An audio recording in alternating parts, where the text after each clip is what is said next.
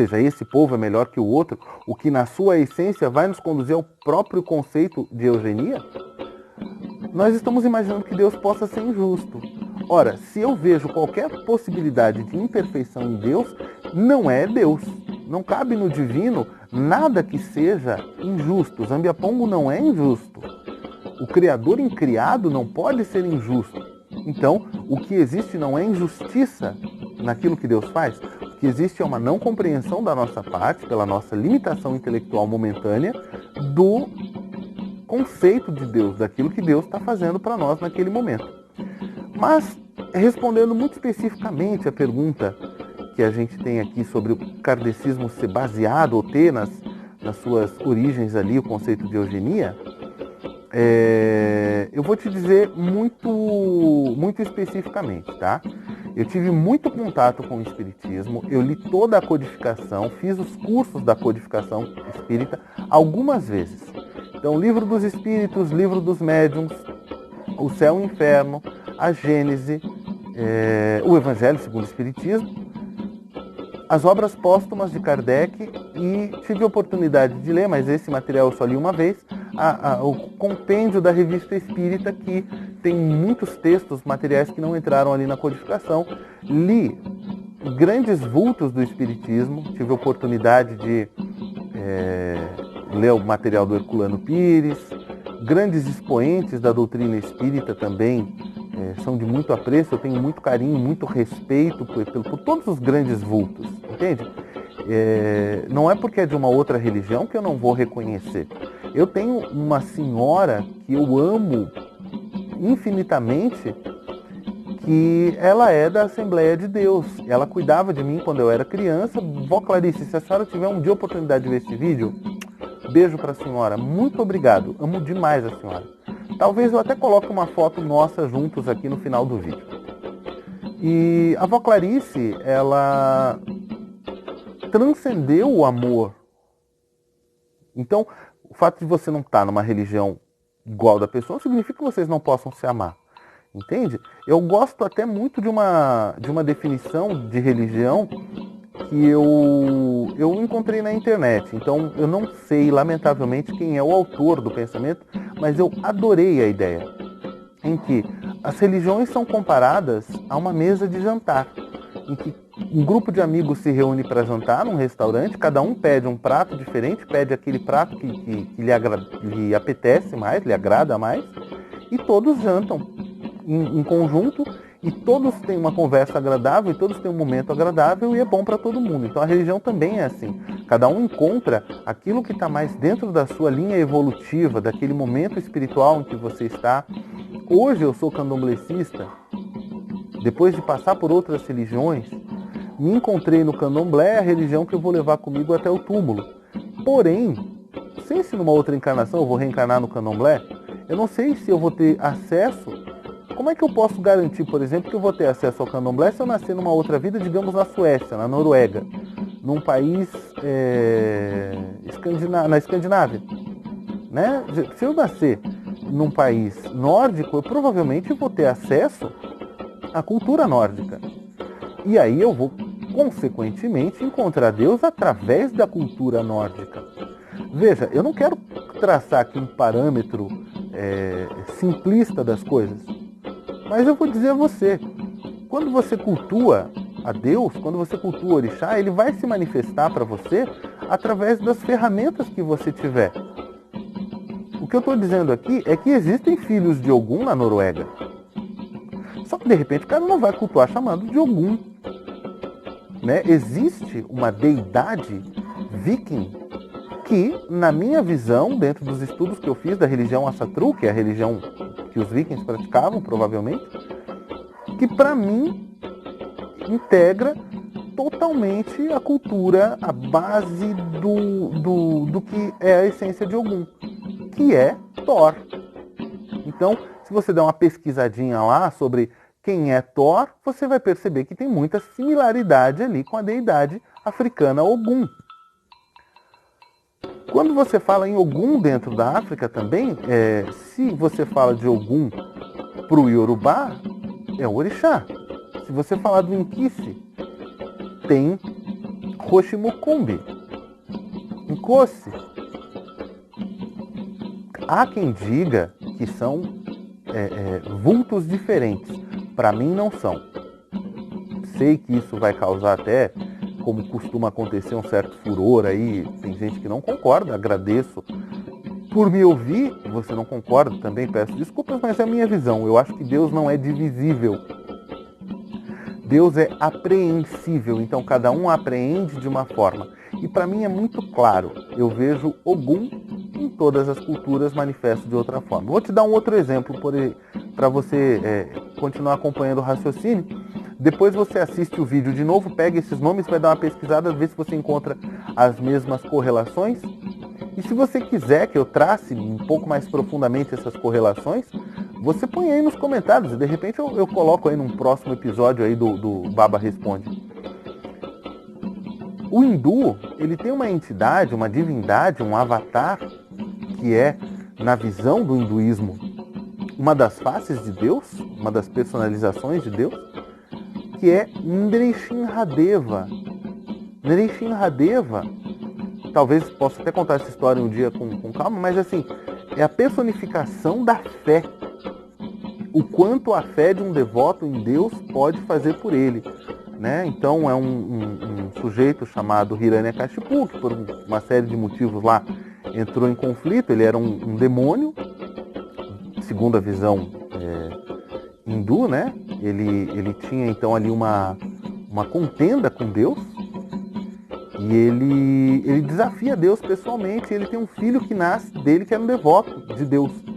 E aí, em determinado momento, simplificando muito a história, tá? Ele fala para o menino, olha, é um menino de 6 anos, eu vou matar você. Ele tentou matar o filho de várias formas, e todas as vezes as coisas aconteciam ali, ele não morria. Por exemplo, ele deu um bolo envenenado para o menino pegou aquele bolo antes de comer e falou, Deus, aceita esse bolo e eu vou comer o teu resto, eu vou comer a tua misericórdia. Olha aí a relação, hein? A prachada do hindu é o nosso AG1, é a misericórdia, é a mesma ideia, você oferece a Deus também o seu alimento. E aí esse menino, esse devoto, que chama-se Prahlada Maharaj, ele é perguntado então para o pai, cadê o seu Deus? E aí ele fala, Deus está em todos os lugares. E aí tem uma coluna, assim, uma parede. Aí o cara fala para ele, então, Deus está em todos os lugares? Ele pega a espada e bate na parede, cadê o teu Deus agora que não vem te salvar? E vai para cima do moleque. Nesse momento a parede racha, Deus aparece de dentro daquela parede e salva o menino. Então, vejo aí também uma relação direta com Ogum. E aí nós temos, na cultura celta, apesar de Ogum ser o ferreiro, ser o responsável pela tecnologia, e o ferreiro, nós temos 2 ferreiros, né? Nós temos Lur, que ele não é só ferreiro, ele tem várias outras habilidades, e nós temos Gofinil, mas não é nenhuma dessas 2 deidades que me aparece como Ogum, não. Para mim, Ogum aparece na cultura celta como o Dagda, que é o deus da transformação dos elementos, ele é o deus da fartura e tal. Se você quiser pesquisar isso, você vai pesquisar então, em cultura celta, você vai pesquisar sobre os Tuatha De Danann, druidismo irlandês, cultura céltica, especificamente da Irlanda, material riquíssimo, maravilhoso também. E aí a gente tem, para encerrar só essas correlações, a aparição do deus Mitras para os romanos, que também aparece para mim como o Ares, que é o Marte romano, né, que é o Ares grego, que é o deus da guerra. Então veja só, aparece em várias formas, há uma deidade ali. Né? Isso acontece com os outros orixás também. Se você for pesquisar com calma, você vai identificar uma relação entre eles muito próxima. E aí o que acontece no momento em que o espiritismo está sendo trazido à Terra?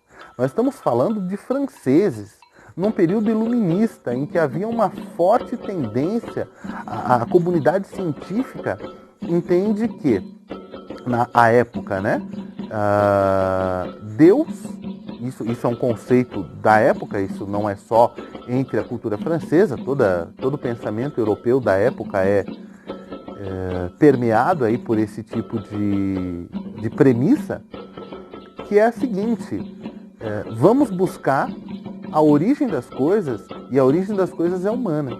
Vamos romper com a tradição escolástica, com a tradição que vinha da explicação religiosa para tudo, obviamente na Europa a Igreja Católica, e de repente o que acontece com esse professor, Leon Denisard Rivail?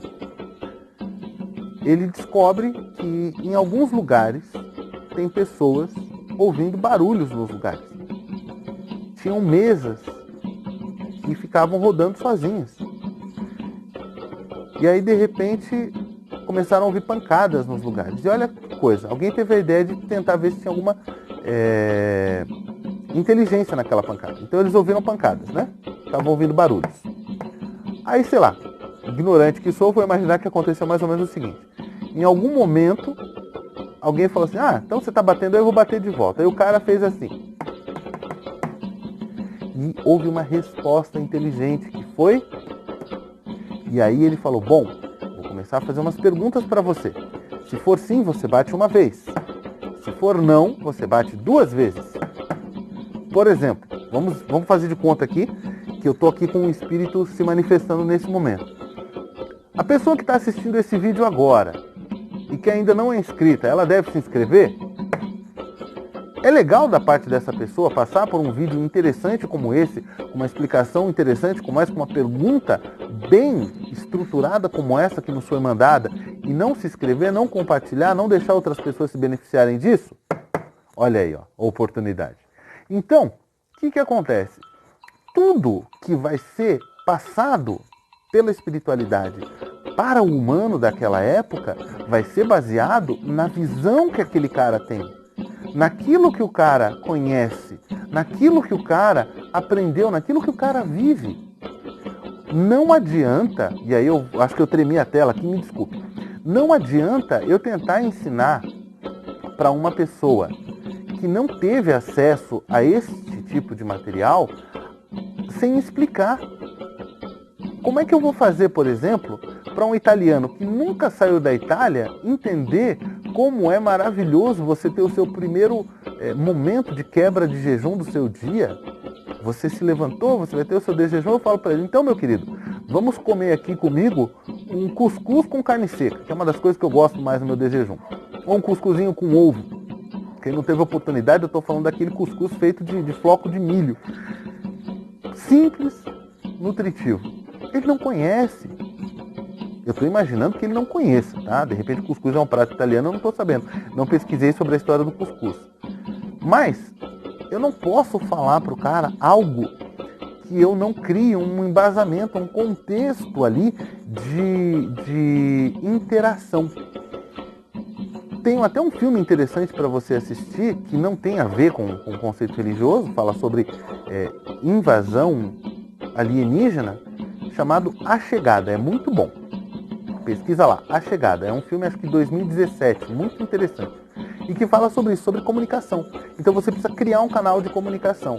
Ora, se um dos conceitos da época era o conceito de que você deveria isolar os melhores elementos da sociedade para que eles dessem continuidade à evolução humana, então haveria sim um princípio de eugenia no conceito geral. Mas os espíritos que trouxeram essas informações não eram presos a esse tempo. Então, aquilo que é divino, a verdade divina, ela é atemporal. Você não vai encontrar nas religiões, claro, vamos fazer aqui uma exceção. Você não vai encontrar nas religiões, dentro daquilo que foi realmente passado pela espiritualidade, porque vai ter muito picareta que vai falar, que fala em nome de Deus, os profetas falsos, né? E que vão aí tentar colocar suas ideias, controle populacional, controle sanitário, né? Você pega ali os 10 mandamentos. Tem alguns dos mandamentos que eles são controle necessário para uma população grosseira, uma população que foi escravizada e que não sabia agir sozinha. Então você tinha que falar, olha, você não pode desejar a mulher do amiguinho, porque senão o amiguinho pode ficar bravo com você e vai querer te matar. E aí você já fala na sequência, olha, não mate o amiguinho, mesmo que ele olhe para tua mulher. Então, de maneira objetiva, se você fizer uma peneira bastante sincera, com a cabeça aberta e sem a tentativa de julgar, mas sim a tentativa de entender, você vai perceber que tem muita coisa importante e relevante ali no que é falado dentro do conceito espírita. Eu sugiro, para uma compreensão melhor do tema, a leitura do item 630, pergunta 630 do Livro dos Espíritos, que trata da lei de progresso. Então existem as leis morais ali e as leis intelectuais. Uma das leis é a lei de progresso, que todos nós somos impulsionados à evolução, mesmo que a nossa revelia. Nós hoje somos melhores do que éramos ontem e amanhã seremos melhores do que somos hoje. Porém, grande porém, nenhuma dessas questões é levada em consideração no Candomblé. Okay? O tipo de engodo, o tipo de tragédia que aconteceu em Ruanda, e aí eu estou falando sim do massacre Hutu, de que havia um negro que era mais negro que o outro negro, como se a gente pudesse ser mais humano que o outro humano por causa da cor da pele. Isso é uma coisa tão lamentável. É um conceito trazido da Europa para lá, não é um conceito africano. Dentro da mentalidade africana, havia sim o conceito de força. Essa tribo é mais forte que aquela, você tem aí os embates regionais, tribais. Mas não é um conceito que permeia a nossa visão espiritual, tá bom? Bom, brigadão pela pergunta. Espero que a pergunta tenha sido respondida adequadamente.